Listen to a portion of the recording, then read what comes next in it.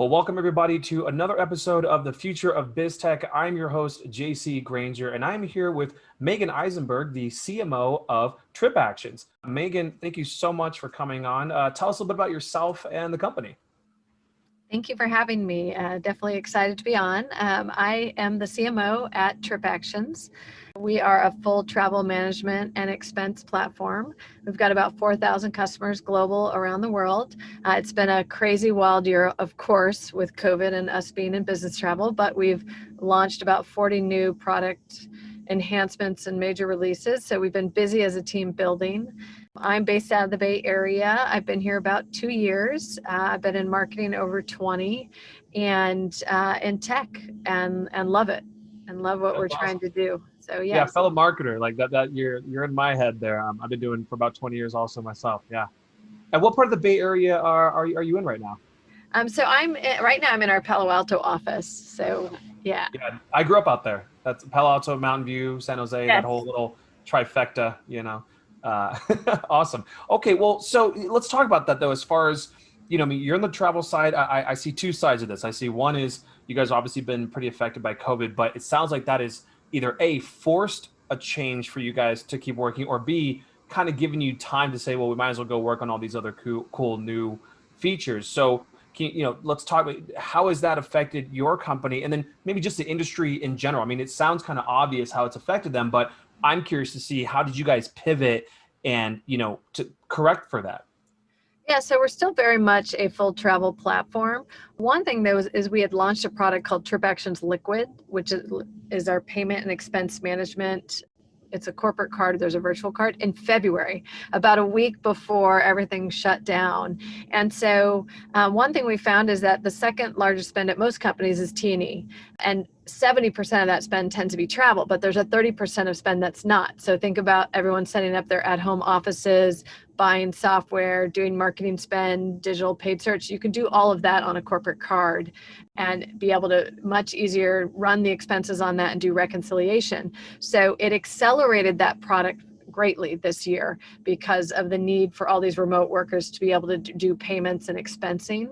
The other thing, as far as what's happening in the industry, certainly we went from really being the best experience in business travel to traveler safety and cost control. Kind of the tone shifted in the environment. It was very much around duty of care. So we built out a lot of features and enhancements around an emphasis on duty of care, a lot around cleanliness standards. When you think about travel, you want to make sure that's a safe, secure, clean. What are the hotel's hygiene practices? How about the airlines? Understanding that. Sustainability was big before, but is going to be even bigger as we get back to traveling. So making sure that we have carbon footprint and a bunch of information in that people care about when they're booking travel, whether they're going to take a train or a plane, which plane, what's the most efficient way and lowest carbon footprint, and then even ways to offset it. So a lot of work in that area, and just a lot more dashboards for travel managers, trying to make sure they have visibility of where travelers are, where they're going. We built out COVID dashboards that show reproduction numbers in the location you're in and where you're going. What are all the rules, waivers, that people would want to know, quarantine information. So that is now directly within the booking tool. And the other thing that came about this year was unused travel credits. Think of the tens of millions of dollars in airline credits when you start canceling en masse, and companies need to manage that. And so our customers, we not only made it very easy for them to run reports and track all their unused credits, now we auto apply it for the users as you book your next trip. So I booked a trip. Okay. It automatically pulled in my credit. I had some personal credit because I use our product for personal travel, and I had business credit, and it auto applied, and then it deducted it from the cost. I was booking through United. Very easy. How was that a year and a half ago? I had to go find my email with the credit. I had to find that little code. I had to enter the code. I had to do it within a year. It was very complex. And so we've taken a lot of complexity out for our customers. Well, that's huge. I mean, I've had to cancel a lot of trips recently too in this last year. And just like what you said, I'd have to literally keep the email unread. So, I was doing the same. Because I was paranoid that I'd lose it, right? Because then you lose the code, and you're like, okay, now what, right? And then I'd forget too. I canceled so many different trips that I literally forgot that I had credit, and the only time, so for example, I use Amex a lot, right? So I go through their dashboard. Now they're pretty good at showing you what you have, like through Delta, United, or whatever.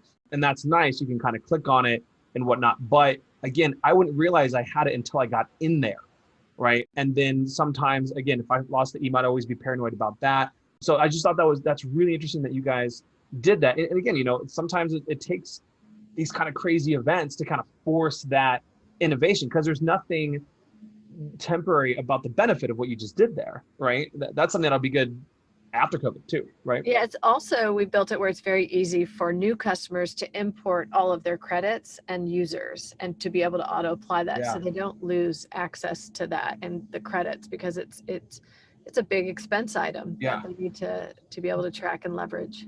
Does it sync up with all the different types? So again, does it sync up with American Express, where it'll automatically go in there and pull that information out into your dashboard, so I don't have to go to 2-3 different things? How does it work? Yeah, well, if you became a customer of TripActions, we would load that information into our platform. We're not an integration tool into Amex.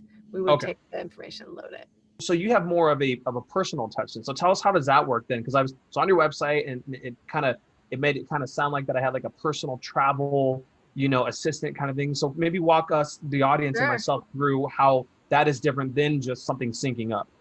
Yeah, so if you think about it, we are a full booking tool and TMC. So we have global travel agents all around the world that all are looking at the same platform, same data. And real quick here, can you tell the audience what TNC is for those who don't? Yeah, it's a travel management company. It's like an Amex GBT or a BCD, someone who books tickets, can service, cancel, change, all of that. So our agents actually work on a tool called TravelZen, which is on the exact same platform that you use for booking.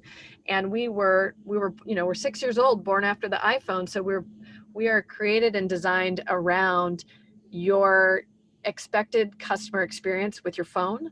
So I can book on a laptop, I can book on my phone, I can chat with the agent on the phone, I can text with the agent on a phone, or I can do it all on my own, full service. So once I book something, if I need to cancel it, I can go in and cancel. If I need to change it, I can do it within our platform and phone, or I can work with an agent on it. And so the beautiful side of it is, prior to TripActions, I've used several of the legacy players.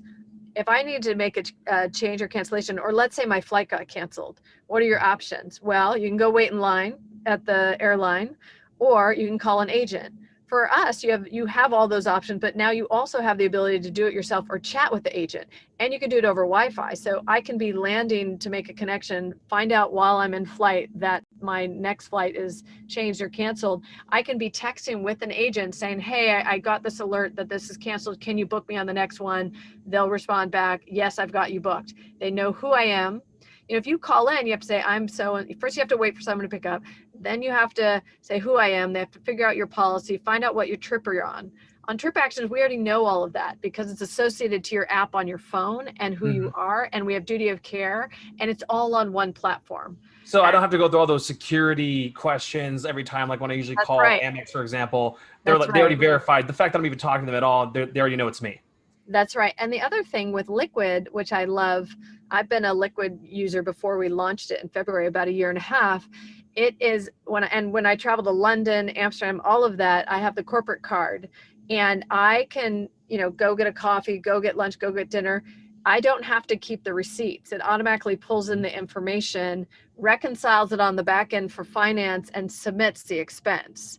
So it's this whole concept of not having expense management for the traveler or for finance, because finance at the end of every month, right? Get all your expenses in, turn in your receipts. You don't have to do that anymore because you booked it on our platform and you used our payments card, which is on our platform. It's reconciling it already. So we talk a lot about no expenses and no expenses. So you're actually saving time for 3 different people, the person actually taking the travel, the people have to reconcile on the back end, and then probably their managers, because usually managers are the ones who have to usually go review, approve, don't approve, whatever, and then pass on to finance. So I mean that's a lot. I mean, and you think about how much money that costs companies. That's a big deal.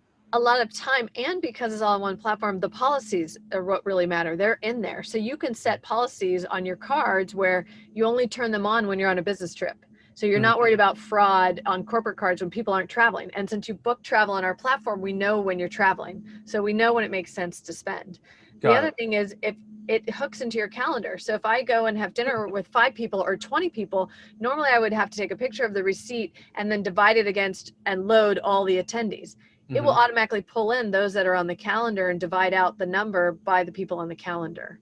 It's just that much, it's integrated. You don't need all these different systems, and it just makes it so much easier for the traveler when they're out on business expensing. It can also set thresholds. It can set thresholds on meals. It can say no alcohol before 5 o'clock. It can say no bottles of alcohol over $100. Like you can get at the very lowest level, meta level of spend if you want, or you can have all the freedom of the world, or you can say, okay, you know what, we do want credit. We do want receipts if it's over $75. So then if it's over 75, it texts me, it says, please load receipt. I take a picture, it loads it in, reconciles it, I'm done. Wow. All of that is a lot easier than the old fashioned way of running your expense reports. So how do you guys charge? I mean, is it, I guess the second part of that question is how do you charge? And then also, who that means, who is this for, right? So for example, is your price points at a point where it's like, listen, this is probably best for companies that are doing a lot of travel, that have over 100 employees or something like that? Or are you like, hey, even if you're not traveling that often, you can sign up for it and it's only bills you like when you use it? I mean, just how does that work? Like what type of companies is this actually suited for? Yeah, I mean, we have clients, commercial, mid-market, up to enterprise. So I would say you would want at least 150 people at the company to leverage that. Liquid does not have to be used just for travel. It can be used for any expensing. It could be used for shipping. It could be used for home office equipment, marketing spend. So there is a lot of different ways that you can use the card. Some people just use this for virtual, where it's when they book flights and hotels, it's running on a virtual card on the background, and others actually deploy corporate cards, physical cards that their travelers or their employees can use. So it just depends on how you want to set it up. But you also don't have to buy the travel component. You could just use it for expense management or spend management, really. Sure. Okay. Now, to the marketing side, this is my favorite part actually, and you've been doing this a long time. So how has your company, or what are you guys doing for marketing right now? Like, how are you guys getting the word out about TripActions, and then what kind of advice would you give to listeners as far as, if they have a company that's either similar or they're looking for advice, what have you guys been doing to keep your name out there, especially during all these crazy times right now? Yeah, I mean, marketers have definitely had to change. I would say coming into COVID, 40% of your budget was typically in events and in-person situations. And that actually was a lot of pipeline and relationships were built that way. Now with COVID, of course, we can't go in person yet. I think we'll be out there in June or July. It's a lot of going online. It's digital, it's paid search, it's webinars, a lot of office hours, creating a lot of content. So the team's been heavy on content. We launched a community where people can come and ask questions about COVID, business travel, credits, waivers, reproduction, you name it. We have a thriving community now because of all the questions and stuff that came up. We launched an academy. A lot of times people will, go back and redefine their roles during recessions or even depressions, and they'll go and get certifications. So we launched a travel manager certification, 25 courses. We did about 2 a week. And there's a certification at the end targeting travel managers, procurement, finance. So we built a lot. Since April, we've built a ton of content there. And we see about half our customers taking it, and half of the people registering for courses, over 11,000, I think, are prospects. So it's been a great way to, become a trusted resource for other, for travel managers and prospects that are trying to learn, what's this new world look like? What should policy look like? How do we deliver duty of care? All the things and questions that are even more important than ever now that we have COVID and dealing with the pandemic and keeping our employees and travelers safe. So content has been huge for us. So half the focus is on content, and then trying to be creative in this environment. And how do you, it's a big ocean. You got to go fishing. What's the lure that we're going to use? First, you got to find out where are the fish, where are they going for information, and then what kind of bait am I using to go get them? And a lot of that, it's creating the right content and then dropping it in the right environment. Is it Wall Street Journal? Is it, Business Insider? Is it, is it some online community with BTN, wherever travel managers and CFOs are, getting in front of them, and then making sure we enable the field. And really this year becoming a multi-product company.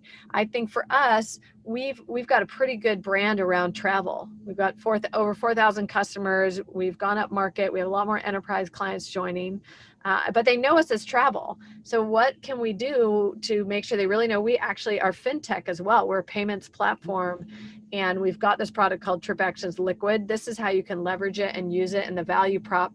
And it's the finance audience. And so, getting those two together. So thinking a lot about what does that mean for our brand? How do we express that? How does that come across in our ads? And then enabling the sales team and our customer success managers as they're working with their customers, making sure they're aware of how we can make their lives easier with our Liquid platform. So that's actually pretty amazing that you guys really got creative to figure out how to survive through an event that essentially kind of obliterated your industry. Right. And so it's interesting. So there's a book that I'm writing right now called Crisis Marketing. I love it. Which is kind of like how to survive and thrive during, pandemics, bubble bursts, corporate scandals, things like that. Because as you know, marketing has to change when you get a drastic event that changes the market or changes, financially, or just even the ability to do what you do. Like nobody called this. Nobody said, hey, let's insulate our travel company in case there's a worldwide pandemic and no one's traveling. Like that's not a thought, and no one can be blamed for that.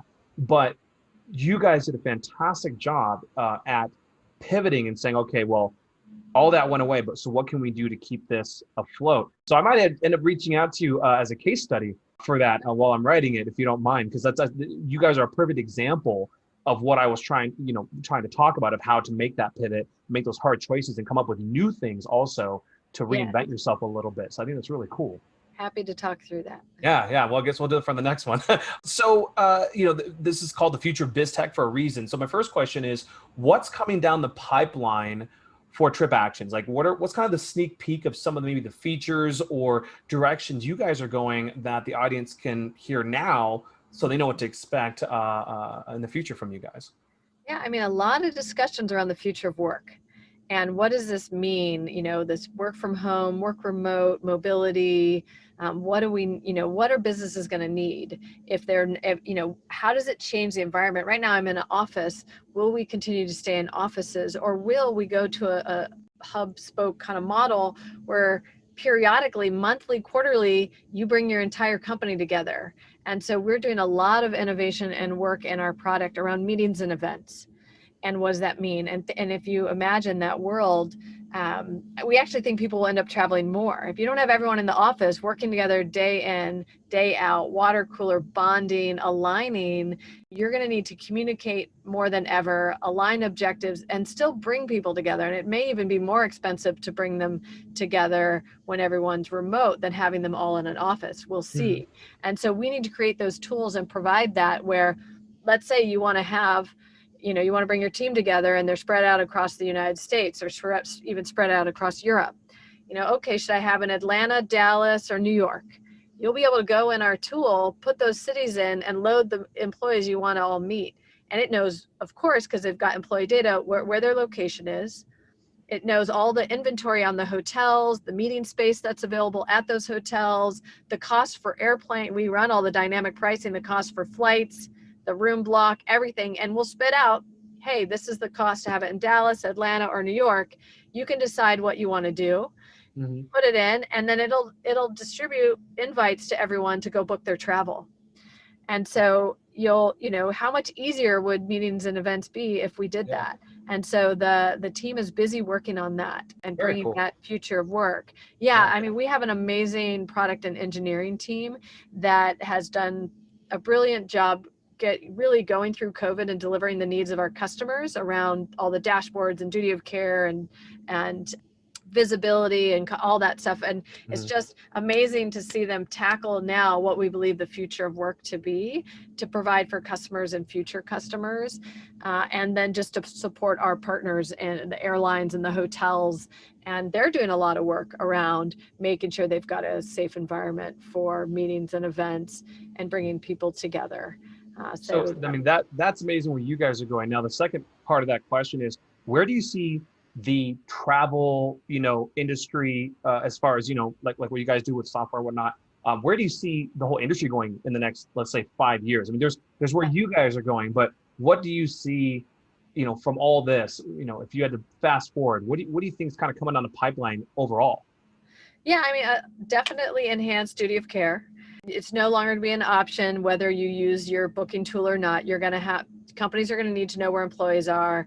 You can't go rogue and book just anything, right? You're going to you're going to have to book on the tool. There's going to be approval flows, health flows. I think there's going to be health passports. There's going to, there's a lot of good work going in the area of making sure you can track your vaccines and show proof of vaccine. So all of that in order to travel safely. You see the airlines right now for international mandating testing. So how do you track that? I also think you can't do global conferences over Zoom. You just can't, right? So, I mean, the future, we're going to get together with people. We're going to need to meet in person. I think you don't sell big software deals. Also, selling $1 million deals without meeting someone is only going to go for so long. As soon as your competitor meets with them and builds a relationship, they're going to get that deal. And so, I think clearly in the next 5 years, we're back out on the road, we're meeting. It's going to look a little different. We're going to have some maybe tracking and health and vaccines. We're going to be, mandating tools of where you need to book travel. Cleanliness standards are definitely going to be front and center. I think we're still going to be having meals and dinner because there's nothing more enjoyable than sharing a meal with someone and getting to know them. So I think those food is happiness. Yeah, people may not shake hands, I don't know, but I think they're still going to get together. Maybe we're going to see masks for a while, I don't know. I think sustainability is huge. It was always huge in Europe. I think it's getting even bigger in the US. So globally, that is going to be something we care about, and how we offset carbon offsetting, and how we pick, whether we take a train versus a plane on these shorter distances. I think you'll see more of that, and making sure we show those offerings. And I had mentioned, obviously, the digital health passports. Yeah, I think that one right there, I think, is something that most people have not considered, that absolutely will end up happening, because this is going to kind of be like that after action report. This next year is like, well, I just say after this is all done, let's say in the next year and a half, it'll be everything looking back, hindsight, and saying, how do we prevent this for the next one, right? We were caught pretty off guard on this one, but I think that digital health passport, like you're saying, I think that's absolutely coming down the pipeline. And that'll probably be, not just a commercial thing, that'll be something very much by the governments there, which, can be good and bad, right? But at least there'll be a standardization to it, which then can flow downstream into corporations where you guys have a set guidelines, what the base foundation that you have to build into the app is, and then the rest of the information flows. I mean, are there going to be problems with it? Yeah, but I absolutely agree with you that the health passport digitally is, and interestingly enough, the health passport digitally might actually end up helping regular passports go in a more digital fashion. None of this, it's going to take me 6 months to renew my passport and I have a flight in 2 months, right? I think it's going to end up forcing, there's going to be ripple effects of going from this COVID stuff. It's kind of like, microwave came from the NASA program, right? Something completely random, how to heat your food in 10 seconds came out of launching a spaceship to the moon, and I think we're going to see a lot of those. So I completely agree with you. And I think that's a really cool thing to be working on and to think about. Listen, thank you so much for coming on the show and telling the audience about yourself, about the company, and specifically and especially the future of where you see things going.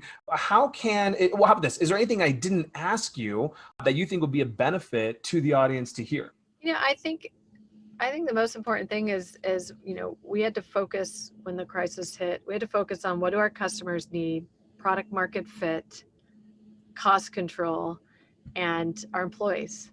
And so I think that applies to almost anything as you're running a business, is keep focused on what your customers need. Make sure you've got product market fit. That's what you're building. Keep innovating to keep top of mind. Obviously, we need to always be more efficient and control our costs. And employees matter, and our health matters, and our mental health matters. So yeah, that's fantastic. Yeah.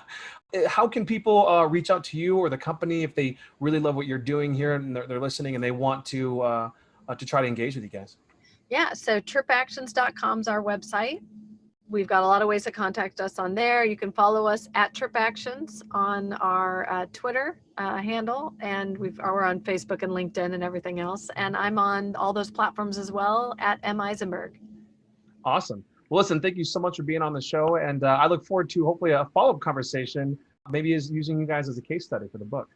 Great. I thank you for having me on. Thanks, Meagen. Bye-bye. Bye.